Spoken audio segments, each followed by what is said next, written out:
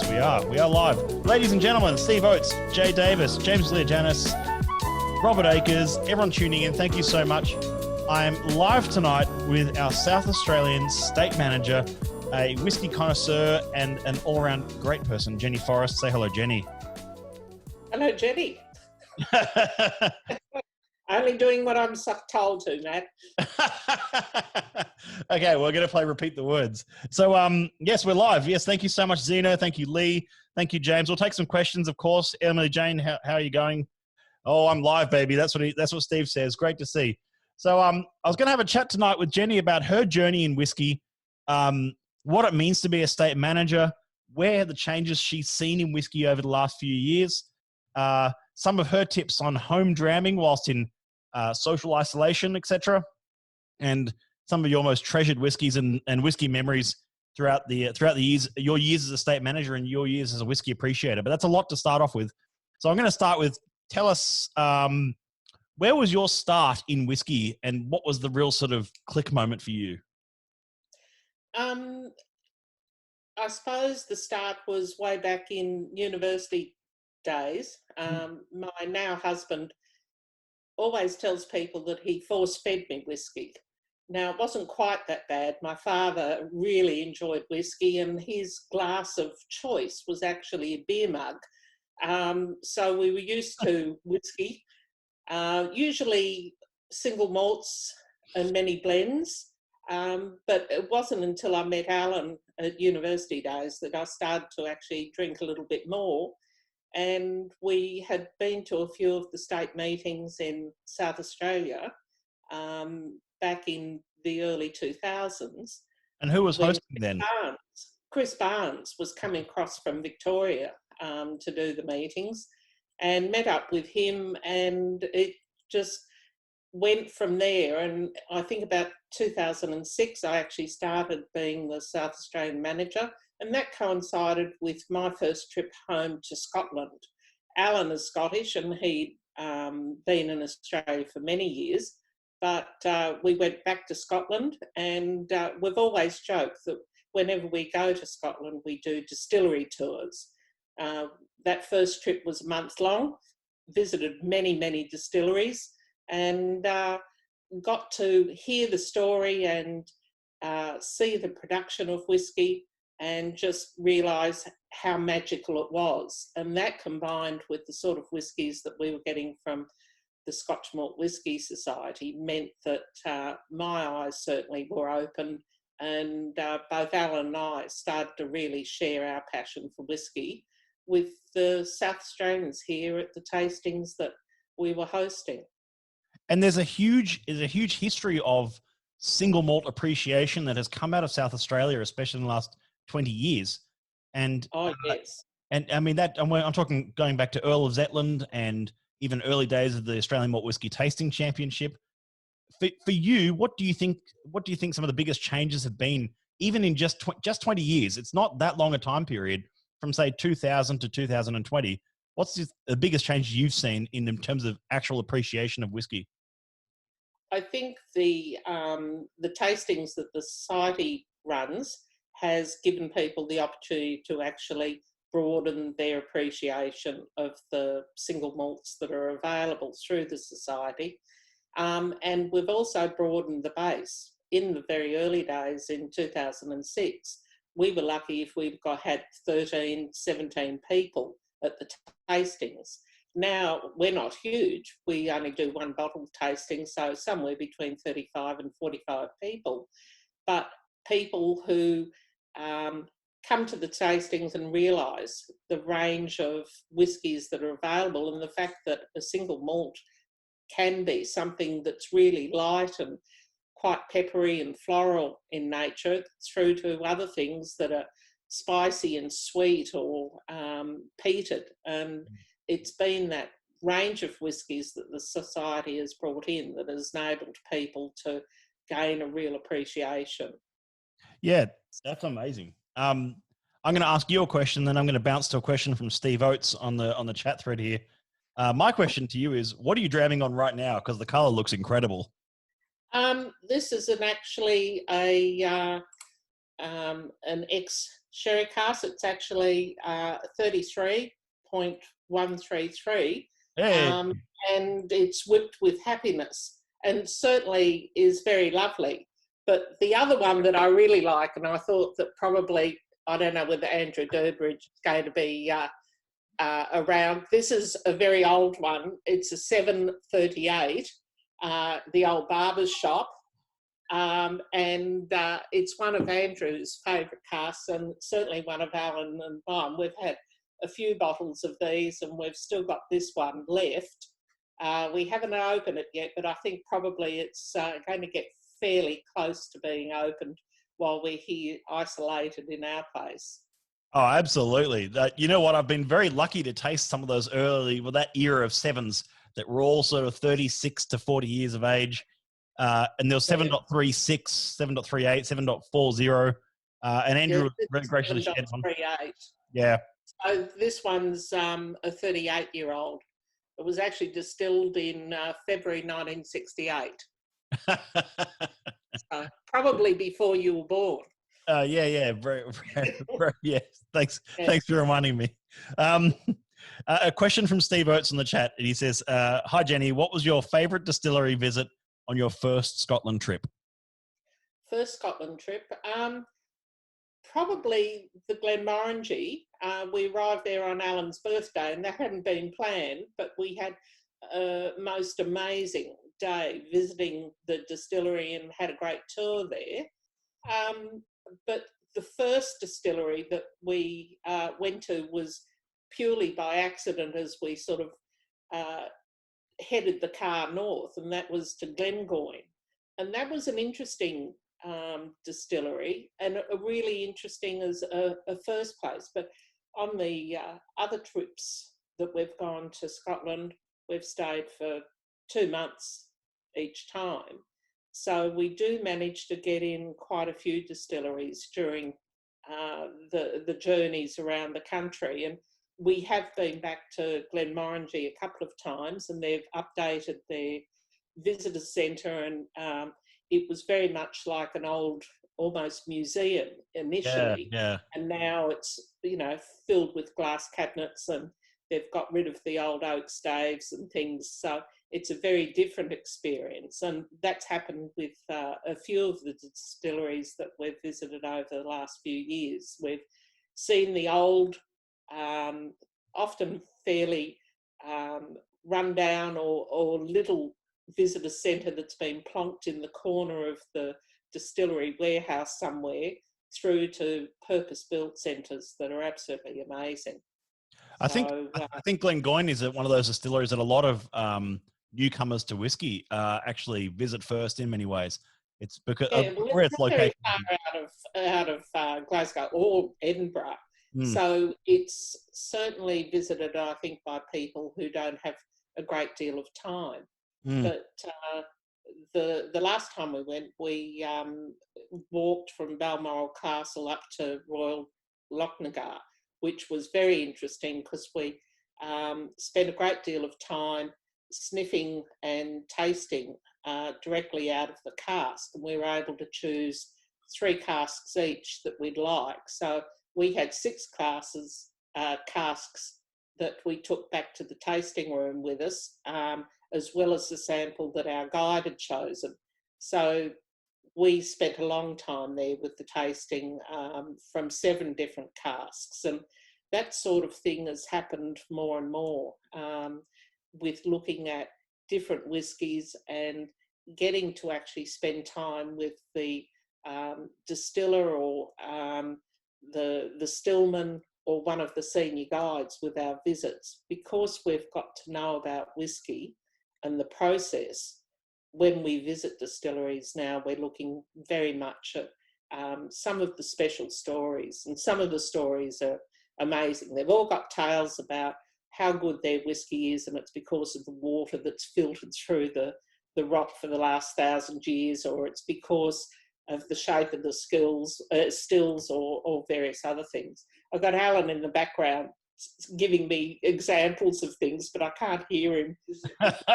Different magic, he said. That's certainly what is one of the things that is very big on everybody's narratives there in Scotland. Yeah, and that's kind of it's those. I always find when visiting distilleries abroad or here or wherever, it's so much to do with the story of the story behind, sort of, as I was talking with Dave Withers the other night, the story behind the why they're there, and some of their history of how they were created, and how their flavor evolves over time from the materials or resources that they have. Yeah, we were lucky enough a couple of years ago to go to Japan for about 3 weeks, and with that trip there were just a few of us, and we had Bill Lark and Mark Nicholson from Lark Distillery with us in the group, and we were certainly treated like whisky royalty, but we also visited every distillery bar one in Japan during that 3-week period, and it's quite remarkable with how traditional they have kept their whisky making process, with the direct coal firing of their stills, and it's probably more traditional in some ways even than Scotland. But they also have tried to be self-sufficient in that they haven't got huge variety of distilleries making huge range of malts to draw upon, but they've actually paired up wash stills and spirit stills within the distillery that are different shapes, and they do different mash times, they do different peating levels sometimes, but they have the different shaped distilleries or different shaped stills, so that they're actually able to work at providing a range of different spirits for themselves that they're able to then draw upon to produce some quite amazing whiskies.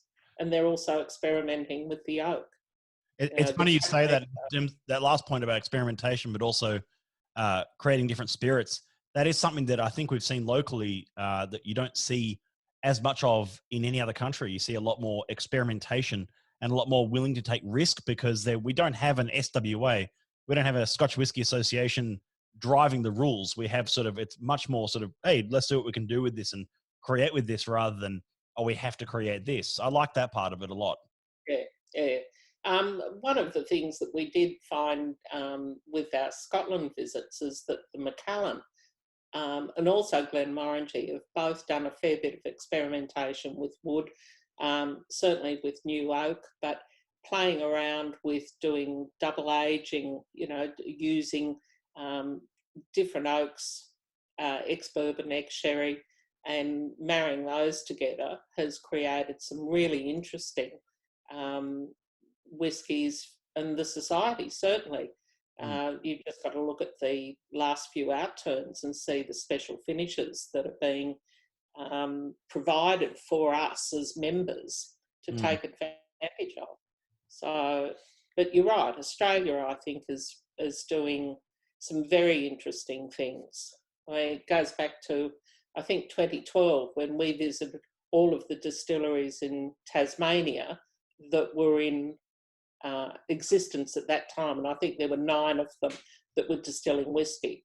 We've just been back to Tasmania at Christmas time, and we were told that I think there are now 23 or something distilling whisky. So the growth in Australian spirit has certainly blossomed and increased over the last few years, and it will be interesting to see what starts to come out of Tasmania, particularly for us to enjoy here. Yeah, that's been really interesting to watch, especially that growth. There's a lot of small distilleries opening up there, and a lot of them trying different things, even trying different wood types for casks as well, not just oak. Yeah. Trying things like red gum casks and of course interesting other spirits as well, and liqueurs, which has been really great to see. I'm going to grab some of these questions, and Joey said before, an old paper label bottling, go Jenny. that got a lot of love. Yeah, we've got a few of them in the bottom of the cabinet. I think we counted up about 80 bottles the other day, so we should be right for our quarantine. We'll be able to disinfect and make sure that we're kept free of germs if we keep on drinking the whisky. Yeah. And I really appreciate your point before about the last few outturns and seeing the finishes and the special releases we've had. And I'm just going to just quickly say here that I'm really excited for May outturn that we're working on at the moment with some great articles, one by yourself as well, actually two by you. We're really looking forward to putting that together for members. It's a very special festival edition of Outturn coming up, but that's all I'm going to say about it right now. So a question I had for you, which is a bit broad, but something that constantly amazes you when hosting or talking about whiskey as a state manager. Someone like when you're in front of our members, when you're in front of your South Australian members and you get to talk about whiskey, or something that you've seen change over the years, or something that really amazes you each time when you're in front of members? Certainly, we seem to have an increasing number of females who come, and that was even more noticeable in the early days. And, you know, I wondered whether or not it was because we had a female state manager here. I was the only female across Australia. But one of the things that just does amaze me is the fact that you can have 3 simple ingredients, throw some wood and some thyme at it, and you end up with quite amazing and quite remarkable whiskies to enjoy. And that's one of the comments that comes constantly from our members, from people who are new to the tastings, either new members or guests who come across. And they keep saying, I'm amazed that whiskey can be so different. And they had not often understood that. And it's the complexity of our cask strength single cask whiskies too that make a real difference, I think, with people's enjoyment. The other thing is that we have seen a change, and people have talked to both Alan and I about the fact that they've now got, instead of 1 bottle of whiskey at home on the shelf, they've got multiples. And Alan and I constantly talk about a whiskey cellar. And we say, you know, if you've got wine at home, you've usually got a white and reds and things, so that you're able to pick and choose when you want to open a wine and enjoy that. And it's the same with whiskey. If you want to enjoy a whiskey, depends on your mood, the time of day, what you're eating, whether you're sitting after dinner having something. Alan puts his whiskey sometimes on his porridge. We've been known to have a dram or 2 fairly early in the morning. And it's really an enjoyable thing to do, to be able to pick and choose a flavour profile, which makes it easy now, I think, and choose something that fits with what you're doing at a particular time. And that certainly has been one of the changes that we've seen with the members here in South Australia. That's a really cool answer. And that raises so many other questions in my head about how we approach whiskey via flavor profile now, as well as tasting notes, and as well as age statements, codes, pricing, and everything like that. But focusing on a flavor profile is really quite exciting, because it sort of takes some of the guesswork out of kind of what you're expecting in some ways. And yes, I really like that aspect. I don't even find it as a simplification point. I find it just interesting within itself. I'm going to grab one comment here from Drew McKinney, who says in the live stream, good on you, Jenny. You're a great ambassador for women who love whiskey. So that one's Drew. Nice. Thanks, Drew. And another comment, another one from Steve here for us. Whiskey pairings seem to be a current trend. Interested to know if you have a favorite pairing when drinking at home. Any whiskey with any chocolate, dark chocolate probably, or any whiskey with any food almost. The last tasting we had here in South Australia just before the isolation set in was actually a cheese and whiskey pairing. And one of the cheeses that everybody actually loved was a creamy d'Argental. It's a French cheese, very soft. They actually concentrate the milk before they actually age it for the cheese, make it into the cheese. And it's a very clean flavour, and it goes very well with whiskey. Whereas we've found that quite a few of the Australian camemberts or bries are too buttery, and they often don't pair with some whiskies. Whereas we actually haven't found a whiskey that the creamy d'Argental doesn't go with. So whiskey and cheese, I actually had a few pairings that were planned for the rest of this year. Whether or not we get to them with, you know, how things go. I was really looking forward to doing a whiskey and beer one. I know that New South Wales has done pairings with some beers, and A few Boilermate nights here and there. Yeah. Yeah, we had one planned for later in the year, whether or not we'll be able to do it, and the other one was with desserts. But in our house, we tend to drink whiskey with food or even without food. I mean, it's a very flexible drink, whether it's on. I always call whiskey a very social drink. That for me is one of the hallmarks of whiskey. It's a social drink. It's one to be shared with other people, and even in these isolating times, if you can share it with your partner or a friend or a housemate or whatever, that's of course the best way to do it. I'll just for those who've just tuned in as well, for those who are watching along and didn't catch the beginning, I'm here tonight chatting with Jenny Forrest, our state manager for South Australia, who's been involved with the society almost pretty much from day one, and has had a storied history of whiskey appreciation in building that in the South Australia for our South Australian members.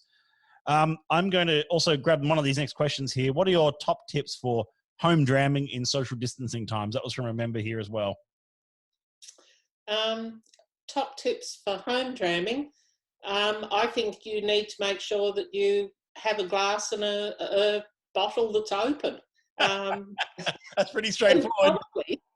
Work through a variety of things. Actually use it as an opportunity maybe to have 3 or so different whiskies that are quite different, and try them at different times, and try them with food, try them with chocolate. What was that, Alan? Try them over a period of time too, and that's certainly one of the things that we really enjoy, that you don't necessarily get to do at a tasting, because you've got your 5 whiskies over a 2.5-hour period. At home, you can actually sit and enjoy a whiskey over an extended period of time, and certainly the whiskies from the society really do change in both the aromas as well as the flavours if you give them a bit of time to open up. There's a comment here from Jeff Darby. I think he's following on from something you said a little bit ago. There's well over 50 distilleries in Tasmania now. Well, the more you know. There you go. Yeah. Quite remarkable. Yeah. Some of them, I think, have got to put their spirit down for a while. We won't be seeing it probably anytime real soon. But when you look at what is available from some of those distilleries back that were starting in the early 2000s, the sorts of whiskies that they're putting out now are quite stunning. Because we need to move out of the motel, and before we got on our plane, we actually spent a few hours at Sullivans Cove Distillery, which just happens to be on the way to Hobart Airport. And we had a wonderful tour there and spent quite a bit of time sitting, drinking their full range of whiskies before we managed to sort of stagger onto the plane. So, you know, that was a good way to finish our Tassie trip at Christmas. This is really cool. This is really small world right now, by the way, because Ali from Sullivans Cove literally just commented, and she says, "Hi Jenny, lovely to meet you down in Tas." How cool is that? Yeah, she was absolutely fantastic, and we did say to her that it was nice to have a guide that was passionate and knowledgeable. You do come across some guides in some distilleries where they learn the patter, and if you interrupt them or ask a question, they've got to sort of hunt through what they've been saying in the spiel before they can get back on track. Not so with Ali. She'd worked in bars, she knew whiskey, she was passionate about it as a drink, and she was excited to learn. It was a learning process. We learned things from her. She picked up other things from us. So, Ali, did you hear that? Did you hear that? You better get a raise after that recommendation. I tell you what. Drew says there's some video and audio dropouts. Must be NBN peak hour. It is 7 o'clock, just after 7 now, Drew. So you're probably right on that. Diana Maitland says, Jenny is my new hero. I'll be putting whiskey on my porridge every morning from now on. Great idea. Great idea. Alan thinks it's fantastic, yes. And it does. And I mean, particularly some of the sherry casks, ex-sherry casks often go really well, where you've got that different sort of fruity flavour profile goes through. You know, it's rich and Christmas pudding, and it does go really well with that. But you know, we love whiskey with meringue and berries. It pairs really well. As I said, almost anything. We've had some great curries, both seafood and chicken curries, that have matched up brilliantly with whiskies. And the nice thing is that if you don't like it, then you try another whiskey until you do find something that you think goes well. So it's either actually complementing the flavours with your food, or going to real contrast. Yeah. It's always that.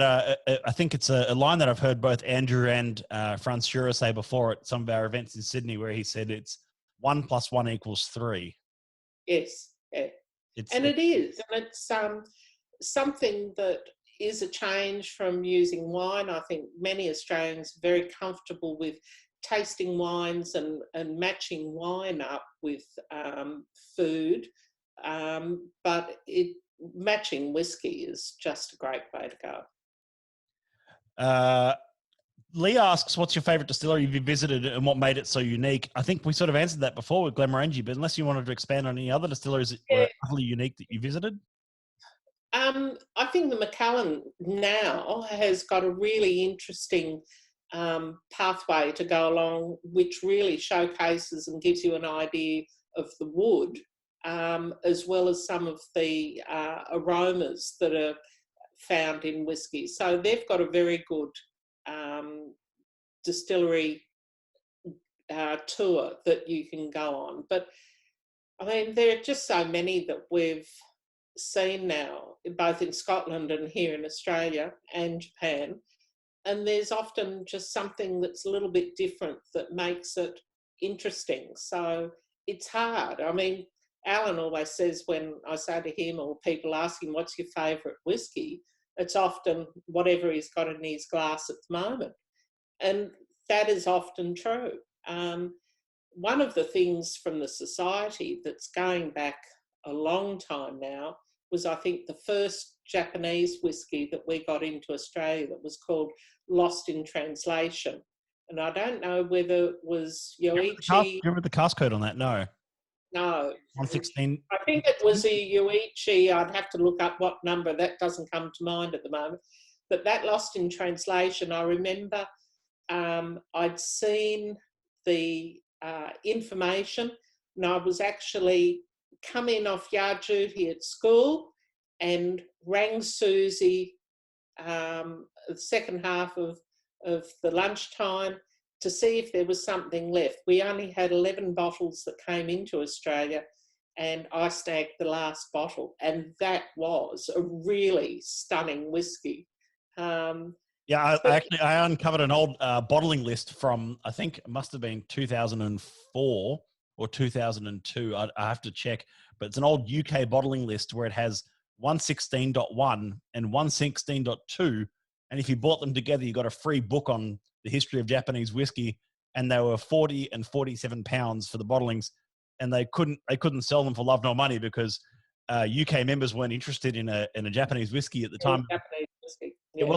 It was unheard of. It was even like Japanese whiskey wasn't popular to begin with, let alone single cask strength Japanese whiskey.